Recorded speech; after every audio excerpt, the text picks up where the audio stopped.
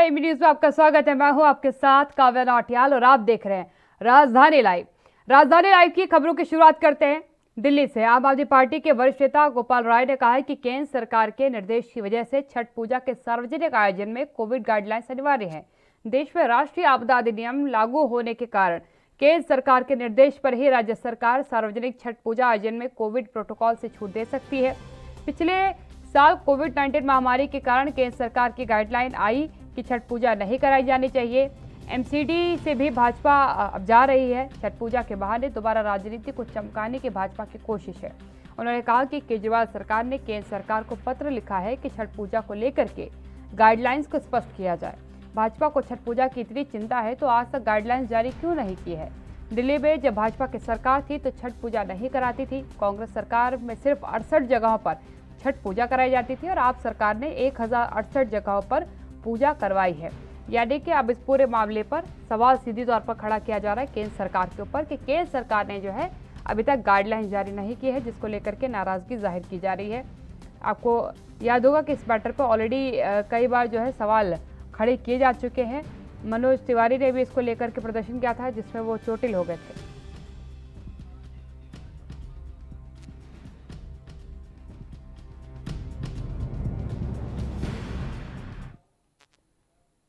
इस खबर में मेरे संवाददाता राजीव तिवारी मेरे साथ लाइव दिल्ली से जुड़ चुके हैं।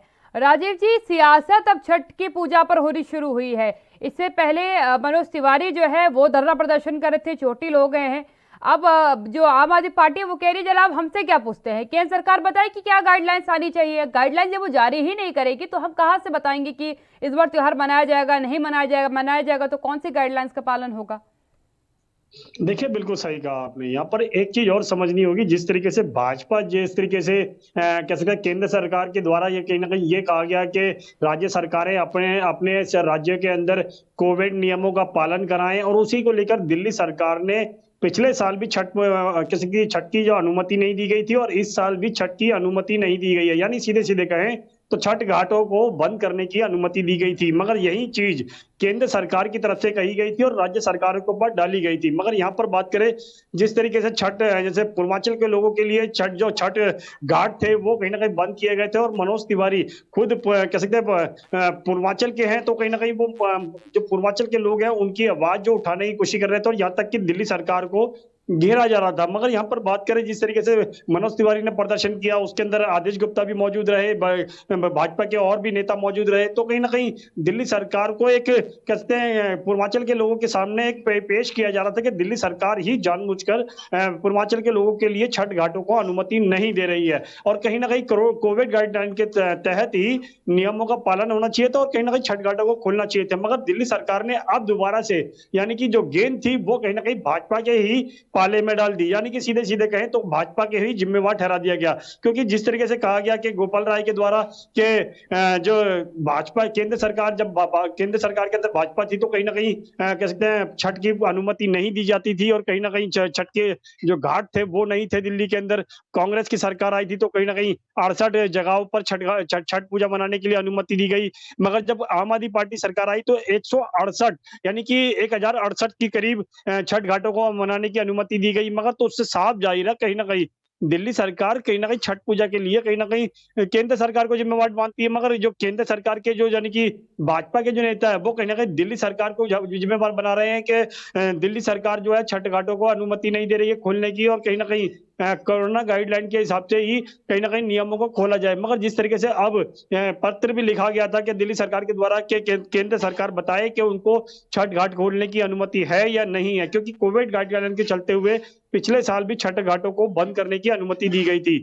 मगर यहाँ पर बात करें दोबारा से जिस तरीके से गोपाल राय ने कहा कि केंद्र सरकार जिम्मेवार है और केंद्र सरकार ही कहीं ना कहीं अब निर्धारित करेगी कि छठ घाटों को खोलना है या नहीं खोलना है, क्योंकि केंद्र सरकार के द्वारा अगर दिल्ली सरकार को अनुमति दी जाती है तो छठ घाटों को खोला जाएगा, अगर वरना नहीं खोला जाएगा। मगर सीधे सीधे कहें तो कहीं ना कहीं इसके अंदर राजनीति झलक रही है और पूर्वांचल को लोगों को कहीं ना कहीं इस्तेमाल किया जा रहा है। यहाँ पर बात करें जिस तरीके से दिल्ली सरकार की, तो दिल्ली सरकार निरंतर ये कहती नजर आ रही है कि केंद्र सरकार के द्वारा कहा जा रहा है कि हमसे कि केंद्र सरकार कह रही है कि गाइडलाइन का पालन कराना है, छठ घाटों को नहीं खोलना है, और पानी के अंदर सबसे ज्यादा वायरस फैलने का खतरा है। तो कहीं ना कहीं देखना होगा कि आप केंद्र सरकार किस तरीके के जवाब देती है। मगर केंद्र सरकार के जो कह सकते हैं सांसद रहे हैं, जो मनोज तिवारी जिस तरीके से उन्होंने प्रदर्शन किया था अरविंद केजरीवाल के घर के बाहर, और खुद उन्हें चोट भी, घायल भी हुए थे और कहीं ना कहीं दिक्कतें भी आई थी, मगर सीधे सीधे आप कहें तो केंद्र सरकार के ऊपर ही गेंद पड़ती हुई नजर आ रही है और गेंद उन्हीं के पाले में नजर आ रही है, और सीधे सीधे कहें तो केंद्र दिल्ली सरकार ने अपना बचाव भी किया है। जी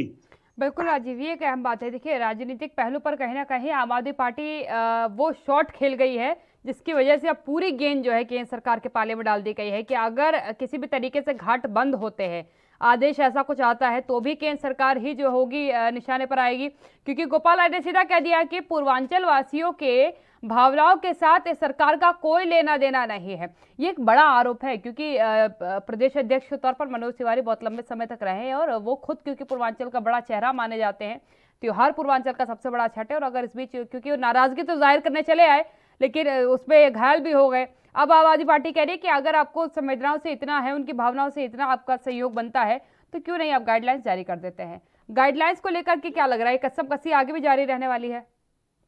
देखिए, बिल्कुल सही कहा आपने। यहाँ पर एक चीज और समझनी होगी, जिस तरीके से केंद्र सरकार के द्वारा कहीं ना कहीं गाइडलाइन बनाई गई थी और गाइडलाइन का पालन कराने के लिए सभी राज्य सरकारों को बोला गया था, मगर यहाँ पर बात करें दिल्ली सरकार की, तो दिल्ली सरकार के अब निगम के चुनाव है, तो कहीं ना कहीं उसको दिल्ली सरकार ने जिस तरीके से कहा कि जो निगम के अंदर आम आदमी पार्टी आने वाली है और भाजपा की जो शासक था वो खत्म होने वाला है, शायद इसी डर से कहीं ना कहीं पूर्वांचल के लोगों को इस्तेमाल किया जा रहा है और कहीं ना कहीं पूर्वांचल के लोगों के लिए ये कहा जा रहा है कि दिल्ली सरकार उनका नियमों का पालन नहीं करने दे रही है। मगर सीधे सीधे कहें तो कहीं ना कहीं अब गेंद जो है वो भाजपा के पाले में है, क्योंकि जिस तरीके से गोपाल राय ने कहा, यहाँ तक कि अरविंद केजरीवाल ने पत्र भी लिखा था कि गाइडलाइन का पालन किस तरीके से कराना है ये केंद्र सरकार भी निर्धारित करेगी। अब केंद्र सरकार ही बताएगी कि छठ घाटों को खोलना है या नहीं खोलना है। अगर नहीं खोलने की परमिशन दी जाती है तो सीधे सीधे पूर्वांचल के लोग जो है वो छठ घाटों पर यहाँ पर छठ पूजा नहीं कर सकते हैं। तो सीधे सीधे कहीं ना कहीं मनोज तिवारी भी जिम्मेवार होंगे, क्योंकि मनोज तिवारी बार बार पूर्वांचल की आवाज के लोगों की आवाज उठा रहे थे और कहीं ना कहीं दिल्ली सरकार को घेरने की कोशिश की जा रही थी। अब पूर्वांचल के लोगों को ये चीज समझ में आ जाएगी कि किस तरीके से केंद्र सरकार के द्वारा ही कहीं ना कहीं दिल्ली सरकार को आदेश दिए गए कि छठ घाटों को खोलने की अनुमति नहीं दी जाएगी।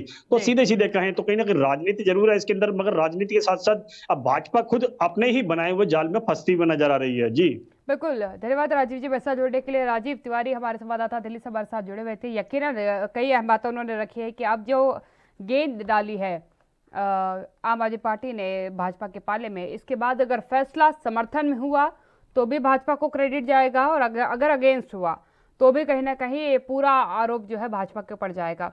तो इस समय सेफ जोन होकर के आम आदमी पार्टी ने अपनी स्ट्रैटेजी अपनाई है।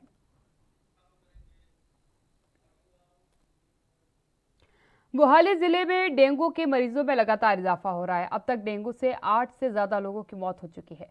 400 से ज्यादा डेंगू के संदिग्ध मामले सामने आ चुके हैं। प्रशासन की ओर से निर्णय लिया गया है कि आने वाले 10 दिन तक डेंगू पर ही फोकस किया जाएगा। डीसी ईशा कालिया ने सुबह और शाम के समय फॉगिंग करने के निर्देश दिए हैं। फॉगिंग वाहनों की गति और समय की निगरानी जीपीएस के जरिए रखने के निर्देश डीसी ने दिए हैं। पार्कों में शोल्डर माउंटेड मशीनों का इस्तेमाल करने के लिए भी कहा गया है।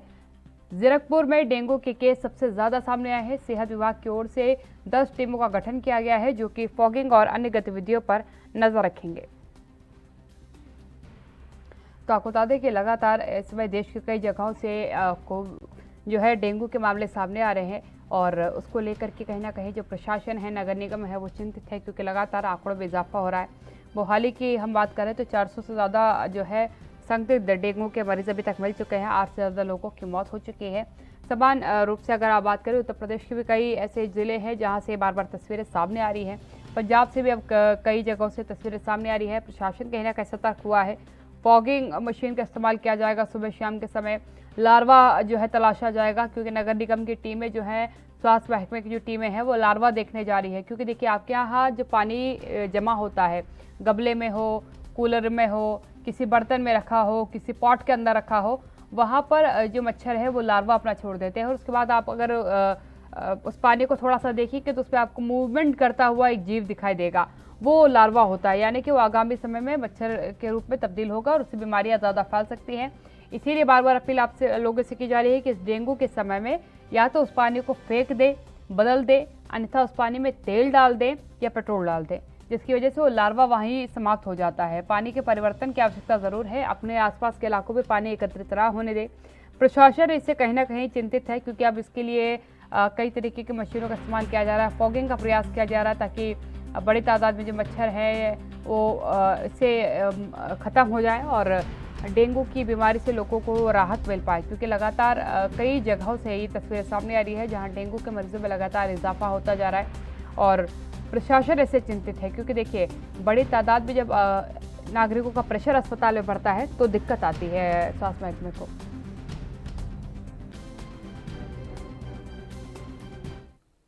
अमित कुमार मेरे संवाददाता चंडीगढ़ से मेरे साथ लाइव जुड़ चुके हैं।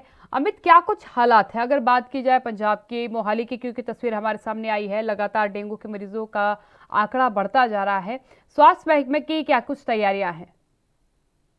देखिए, सबसे पहले तो बता दें कि अगर हम बात करें मोहाली में, तो लगातार केसेस बढ़ रहे हैं। आंकड़े की बात करते हैं, 400 से ऊपर केसेस आ चुके थे कल तक, वही 8 मौतें भी हो चुकी हैं डेंगू से।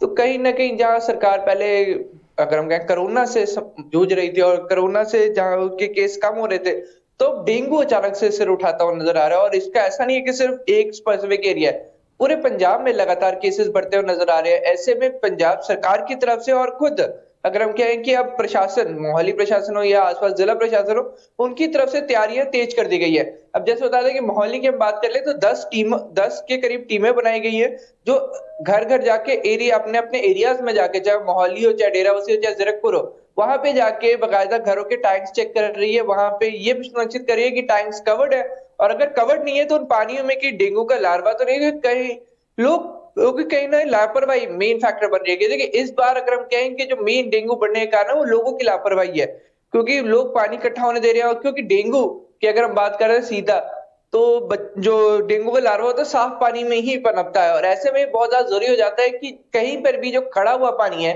उसको खड़ा न दिया जाए, क्योंकि अगर पानी खड़ा हो जाता है तब सीधे तौर पे डेंगू का खतरा और ज्यादा बढ़ जाता है। इसके लेके बाकायदा टीमें बनाई गई है जो रेगुलर ड्राइव कर रही है, और साथ साथ फॉगिंग पे भी जोर दिया जा रहा है। हर एरिया में सुबह शाम, अगर मैं मोहल्ले की बात कर रहा हूँ तो बाकायदा सुबह शाम फॉगिंग की जा रही है, ताकि जितना हो सके डेंगू के मच्छरों को मारा जा सके। जी बिल्कुल अमित, ये एक अहम चीज़ है। अमित, इसके साथ ही और क्या कुछ तैयारियां हैं? क्या जो नगर निगम की टीम्स है वो लोगों के घरों पर जा करके जांच कर रही है? क्योंकि उत्तर प्रदेश में हमने कई जगहों पर देखा जहाँ स्वास्थ्य महकमे की टीम जो है आवासों पर जा रही है, जहाँ ज़्यादा डेंगू के मामले सामने आ रहे हैं, वहाँ देख रही है कि आखिरकार कहाँ कहाँ लार्वा मौजूद है, उसको नष्ट किया जा रहा है उसके बाद।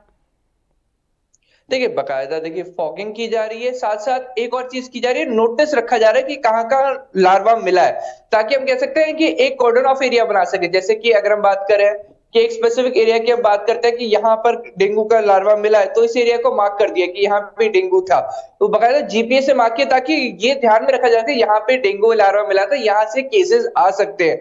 और हॉस्पिटल्स को बाकायदा सुनिश्चित किया जा रहा है, बताया जा रहा है जो पार्कों में सोलर माउंटेड मशीनें लगी हैं उनका इस्तेमाल करने की कोशिश की जा रही है, और साथ साथ जिस एरिया में सबसे ज्यादा केसेस आ रहे हैं उस वहां पे स्पेसिफिक ध्यान दिया जा रहा है। मैं मोहाली या एसएस नगर की बात कर रहा हूँ, जहां सबसे ज्यादा डेंगू के केसेस जीरकपुर में मिले हैं, जहां पे सबसे ज्यादा डेथ भी डेंगू से हुई, तो यहाँ पे स्पेशली ज्यादा जोर दिया जा रहा है। यहाँ पे एरियाज मार्क कर दिए गए हैं, कोर्डन ऑफ कर दिए गए हैं, लोगों के घरों की अगर हम कहते हैं फिजिकल चेकिंग हो रही है। ये नहीं कि सिर्फ लोगों को खुद चेक करने के लिए बोला जा रहा है, लोगों के घर खुद जाके टीमें चेक कर रही हैं कि क्या इनके घर में कहीं गलती से पानी तो नहीं खड़ा हुआ। अगर खड़ा हुआ है तो लोगों को बाकायदा उसमें बोल रहे हैं कि अगर हम दवाई डाली जा रही है ताकि डेंगू का लार्वा मर जाए, और अगर लोगों को ज्यादा अगर पाया जाता है, बहुत ज्यादा लापरवाही पाई जाती है, तो फाइन भी किया जा रहा है। और ऐसे में बहुत ज्यादा जरूरी हो जाता है कि लोगों को खुद एक्टिव होके इस तरह से कोशिश करनी चाहिए कि डेंगू से बचा जा सके। क्योंकि देखिए, एट द एंड जो लोग अपने आप को संभल के रखें, जो लोग रखेंगे वो माफ कीजिएगा, डेंगू से सुरक्षित रहेंगे। पर सवाल ये है कि जो लोग लापरवाही करते हैं, जिनके घर में डेंगू के मच्छर, तो वो खुद के रिस्क में तो ही है, पर उनके आस पड़ोस भी लोग रिस्क में है। इसलिए शायद जीपीएस ट्रैकिंग में रखी जा रही है, ताकि आस पड़ोस के जो उनके नेबर्स है उनको भी सुरक्षित किया जाए। और बाई चांस अगर लेट, अगर हम बोलते हैं कि बहुत ज्यादा अगर मच्छर हो जाते हैं, तो उसके बाद भी कोशिश की जा रही है कि अपने आस पड़ोस के लोगों को अवेयर करके रखा जा सके। जी काव्या। बिल्कुल अमित, ये एक अहम चीज़ है। अगर मैं स्थानीय सफाई की बात करूं, क्योंकि बहुत ज़रूरी है कि जिन क्षेत्रों में लगातार डेंगू के मरीज सामने आ रहे हैं, जिन क्षेत्रों से, वहाँ सफाई का विशेष ध्यान रखा जाए। खासकर जो ग्रामीण क्षेत्र पड़ते हैं, पिछड़े क्षेत्र पड़ते हैं, वो ज़रूर जो है सफाई से थोड़े वंचित रह जाते हैं। क्या वहाँ पर भी नगर निगम की तरफ से कोई मुहिम चलाई जा रही है? ये देखिए, दो टीम्स की तरफ से अगर हम सेहत विभाग और नगर निगम परिषद की तरफ से 10 दिन की मुहिम चलाई जा रही है। इसमें हम बात करें कि हर गली, हर पिंड, हर गांव मतलब हर एक जगह ये टीमें खुद जा रही हैं, खुद फिजिकली मिल रही हैं, लोगों को एजुकेट कर रही हैं, लोगों को समझा रही हैं। तो इस बात से आप समझ सकते हैं कितना सीरियसली इस पूरे मुद्दे को लिया जा रहा है कि 2 टीमें बनी हुई हैं, चाहे वो सेहत विभाग की और नगर निगम, दोनों मिलकर कोऑर्डिनेट कर रही हैं। ऐसे में फॉगिंग इंटेंसिफाई की गई, लोगों के घरों की चेकिंग इंटेंसिफाई की और लोगों को भी लगातार अवेयर किया जा रहा है ताकि कोई भी, अगर हम कहें, पॉइंट ना रहे। अगर और जहां पे डेंगू मिलता है वहां पे बकायदा उसको स्टेरिलाइज किया जाता है, पानी को स्टेरिलाइज किया जाता है, पानी की दवाई डाली जाती है ताकि हमके लोग सेफ रहे। ऑल ओवर मैं आपकी डेराबस्सी की बात कर लेता हूँ या मैं पीरूछल्ले की बात कर लेता हूँ, तो आसपास देखें कि वहां पे बकायदा ड्राइव चली थी, घरों में एक एक घर के ऊपर की टंकी चेक हुई थी और टंकी जहां जहां पे टंकी के अंदर डेंगू का लार्वा पाया गया था वहां पे बकायदा प्रशासन की तरफ से खुद दवाई डाली गई थी। तो इस बात से आप समझ सकते हैं कि क्या प्रोसेस चल रहा है कि एक बहुत ज्यादा ही, अगर हम कहें कि कड़ा कदम उठाया जाए और ये ड्राइव लगातार 10 दिन तक चलेगी, लगातार 10 दिन पूरी इंटेंसिटी के साथ, क्योंकि अभी अगर हम कहें केसेस स्टार्टिंग स्टेजेस में है, क्योंकि देखिए अगर हम ऑल ओवर पंजाब में बात करते हैं या हमसे मोहाली की बात करते हैं तो अभी सिर्फ 400 के करीब केसेस आए, 400 थोड़े ज्यादा केसेस आए, तो हम इसे बिल्कुल नेसेंट स्टेज बोलेंगे। और अगर इस स्टेज में अगर डेंगू के मच्छरों को पहले ही रोक लिया जाता है तो बहुत ज्यादा एक बड़ी पॉसिबल है राहत कि मिल डेंगू के सकती केसेस है। और ज्यादा। बिल्कुल वाजिब बात है। धन्यवाद अमित जी मेरे साथ जुड़ने के लिए। अमित कुमार संवाददाता हमारे चंडीगढ़ से हमारे साथ जुड़े हुए थे। जमीनी हकीकत उन्होंने आपको बताया कि क्या कुछ हालात है। प्रशासन पूरी प्रयास कर रहा है कि इसी तरीके से डेंगू को रोका जा सके, लेकिन कहीं ना कहीं जरूरत है आपके और हमारे इसके लिए जागरूक होने की कि पानी एकत्रित ना होने दें। यार छोटे से ब्रेक के लिए जल्द हाजिर होते हैं।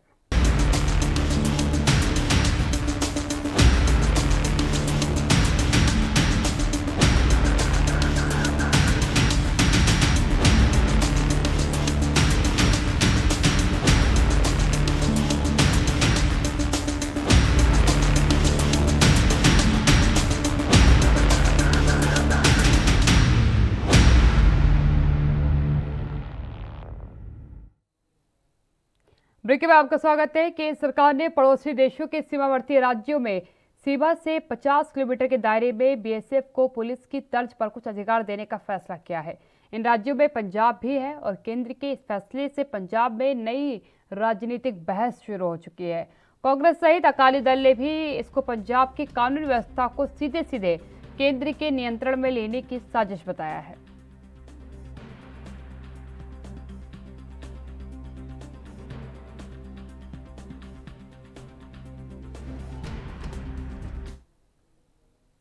कुलबीर दीवान हमारे ब्यूरो चीफ हमारे साथ जुड़ चुके हैं।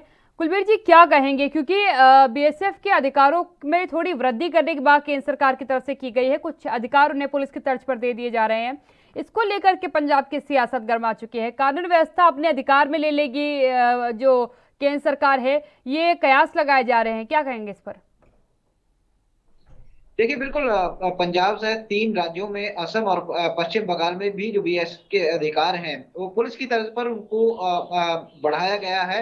यानी वो तलाशी ले सकते हैं और गिरफ्तारी कर सकते हैं। इस तरह के जो अधिकार हैं उनके बढ़ाए गए हैं, जिस तरह का एक्शन पुलिस करती है, जो पुलिस को अधिकार हैं। और इनका दायरा जो है वो 50 किलोमीटर तक बढ़ाया गया है। पहले हालांकि इन राज्यों में 15 किलोमीटर तक का ये दायरा था, क्योंकि जो सीमा से लगते हैं, विदेशों की सीमा से लगते हैं, जो दूसरे देशों की सीमा से लगते हैं राज्य, असम, पश्चिम बंगाल और पंजाब, इन 3 राज्यों में ये दायरा जो है बीएसएफ का बढ़ाया गया है। हालांकि इसके अलावा कई ऐसे राज्य हैं जहां पर इनका दायरा जो है वो बेशक दूसरे देशों की सीमा से लगते हैं, वहां पर या तो बरकरार रखा गया है, जैसे राजस्थान में, या फिर कई प्रदेश ऐसे हैं जहां पर ये दायरा जो है घटाया गया है, जहां पर जैसे कि गुजरात। लेकिन पश्चिम में जो पश्चिम बंगाल, असम और पंजाब का जो दायरा बढ़ाया गया है, वहां पर ये प्रतिक्रिया जो है वो देखने को मिली है कि केंद्र सरकार के खिलाफ एक बिगुल बुझा दिया गया है। खासतौर पर पंजाब से तीखी प्रतिक्रिया आई है। मुख्यमंत्री चरणजीत सिंह चन्नी हो या फिर श्रोमणी अकाली दल हो, आम आदमी पार्टी हो, तीनों तरफ से ये हमला जो है वो केंद्र सरकार पर किया गया है और ये आरोप लगाया गया है कि जो संघीय ढांचा है उस पर प्रहार करने की कोशिश की है केंद्र सरकार ने, और जो पंजाब के अधिकार हैं उनको भी छोटा करने की कोशिश है। यहाँ तक कहा गया है क्योंकि कल उप मुख्यमंत्री सुखजिंदर रंधावा ने कहा था कि पंजाबियों की राष्ट्रीयता जो है उस पर शक जो है वो केंद्र सरकार ना करे, यानी कि इस तरह की बहस जो है वो शुरू हो गई है। हालांकि इस सारी परिस्थितियों में अभी तक एक बड़ा चेहरा जिसका जिक्र जरूर होना चाहिए, पूर्व मुख्यमंत्री कैप्टन अमरिंदर सिंह। उन्होंने केंद्र सरकार के इस फैसले का स्वागत किया है। उन्होंने कहा है कि ये फैसला अच्छा है और पंजाब की रक्षा करने के लिए काफी। आपको याद होगा कि जब जब भी इस तरह की कोई वारदात जो पाकिस्तान की तरफ से या फिर विदेशों की तरफ से होती है, तो निश्चित तौर पर अपनी एक उपस्थिति, चाहे वो राजनीतिक तौर पर या फिर एक जिम्मेवार जो ये कहें कि पॉलिटिशियन की तर्ज पर पूर्व मुख्यमंत्री राष्ट्रीय हित में लगाते रहे हैं। और इस तरह के फैसले जब भी सरकारों ने लिए हैं तो उन्होंने निस्संदेह इसकी तारीफ की है, लेकिन इस वक्त जो उन्होंने तारीफ की है उसके कई मायने जो है वो राजनीतिक तौर पर भी निकाले जा सकते हैं, क्योंकि पूर्व मुख्यमंत्री कैप्टन अमरिंदर सिंह का झुकाव जो है वो भारतीय जनता पार्टी की तरफ अब काफी ज्यादा हो चुका है। तो ऐसे में एक राजनीतिक बहस जो है वो इसमें छिड़ गई है पंजाब में इसको लेकर, क्योंकि बाकी तमाम जो पार्टियां हैं भारतीय जनता पार्टी को छोड़कर वो इसके खिलाफ, इस फैसले के खिलाफ खड़ी हो गई हैं, जबकि कैप्टन अमरिंदर सिंह इस फैसले से सहमत हैं और स्वागत कर रहे हैं। जी बिल्कुल कुलबीर जी, देखिए दो फाड़ इसे कह सकते हैं कि होते नजर आ रहे हैं, क्योंकि खुद कैप्टन अमरिंदर सिंह सेना के अधिकारी रह चुके हैं, सुरक्षा के मुद्दों को बहुत बखूबी जानते हैं। इससे पहले भी आपको याद होगा कि जब उन्होंने सीएम के पद से इस्तीफा दिया था, उस दरमियान में उन्होंने कहा था कि किसी ऐसे व्यक्ति को पंजाब की कमान सौंपनी चाहिए जो सुरक्षा मामलों का जानकार हो, क्योंकि पंजाब जो है बॉर्डर सीमावर्ती इलाका है, और अगर किसी ऐसे व्यक्ति को इस राज्य की जिम्मेदारी सौंप दी जाती है जिसको सुरक्षा के बारे में ज्यादा जानकारी नहीं होगी, तो ये अच्छा फैसला कंसिडर नहीं किया जाएगा। क्या माना जाए, क्योंकि केंद्र सरकार कहीं ना कहीं सुरक्षा मानकों को लेकर के फैसला लिया गया है, या फिर जो विपक्ष की एक चिंता है कि हमारी कानून व्यवस्था पर अपना अधिकार केंद्र सरकार जताना चाहती है, ये उस उद्देश्य से लिया गया फैसला, आपको लगता है?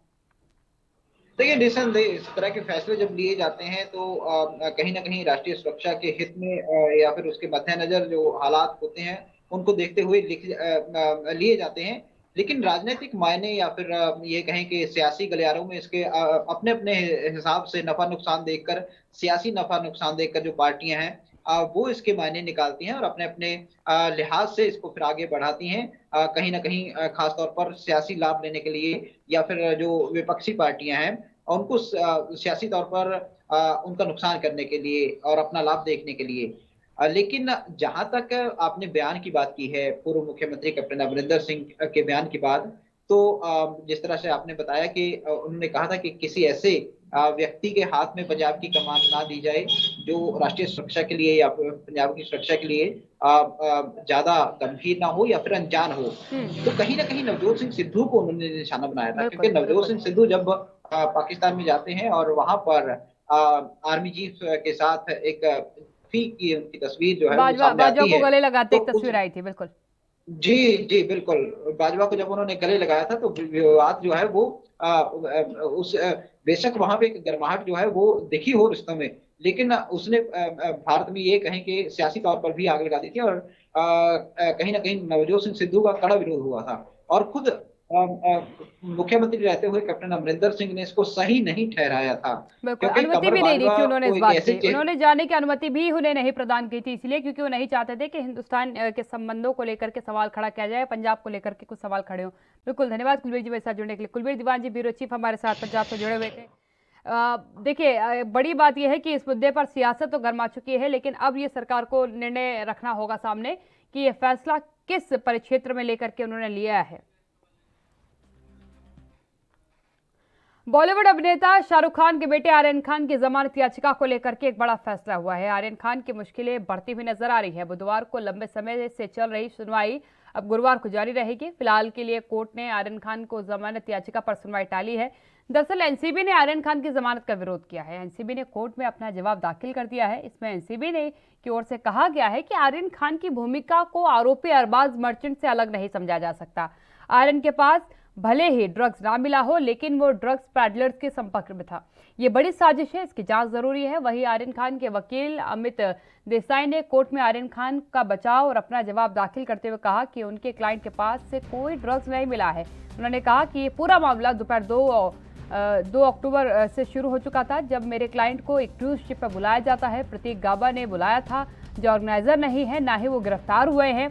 उनके कहने पर मेरे क्लाइंट वहां पहुंचे, लेकिन चेक इन करने से पहले ही एनसीबी ने उन्हें हिरासत में ले लिया। वहीं आर्यन खान के वकील को लेकर के भी कुछ अटकलें लगाई जा रही है। दरअसल आर्यन खान का केस अब तक वकील सतीश मान शिंदे लड़ रहे थे, लेकिन अब शाहरुख खान ने अपने बेटे के लिए सीनियर एडवोकेट अमित देसाई को केस लड़ने के लिए हायर किया है। फिलहाल इस बारे में जानकारी है कि कंफर्म नहीं हो पाई है कि ये क्यों आखिरकार बड़ा बदलाव वकील का किया गया है। तो आर्यन खान के मामले पे आज फैसला होना है कि उन्हें जेल होगी या बेल होगी, क्योंकि देखिए 14 दिन की न्यायिक हिरासत में वो चल रहे हैं।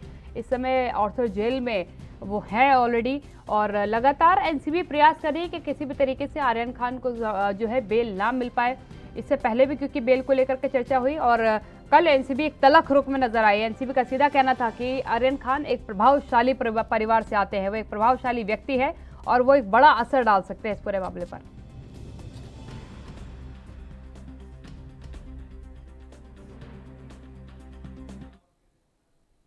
सत्यप्रकाश सोनी जी मेरे साथ मुंबई से मेरे संवाददाता जुड़ चुके हैं। सत्यप्रकाश जी, क्या लगता है आपको, क्योंकि एनसीबी लगातार वो दलीलें कोर्ट पे पेश कर रही है जिससे आर्यन खान को राहत ना मिल पाए। सीधा कहना है कि प्रभावशाली चेहरा है, बड़ा व्यक्तित्व रखते हैं, आराम से अगर आप बेल दे देंगे तो पूरे केस पर असर डालेंगे।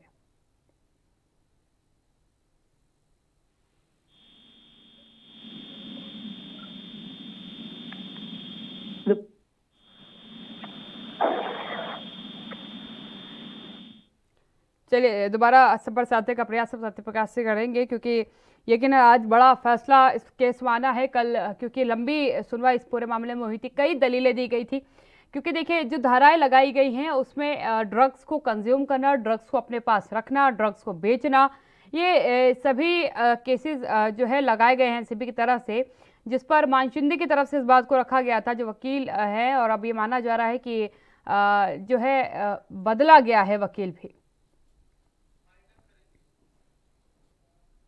राजधानी लाइव में मेरे साथ फिलहाल इतना ही। देश और दुनिया की तमाम खबरों के लिए आप बने रहिए एनबी न्यूज के साथ। नमस्कार।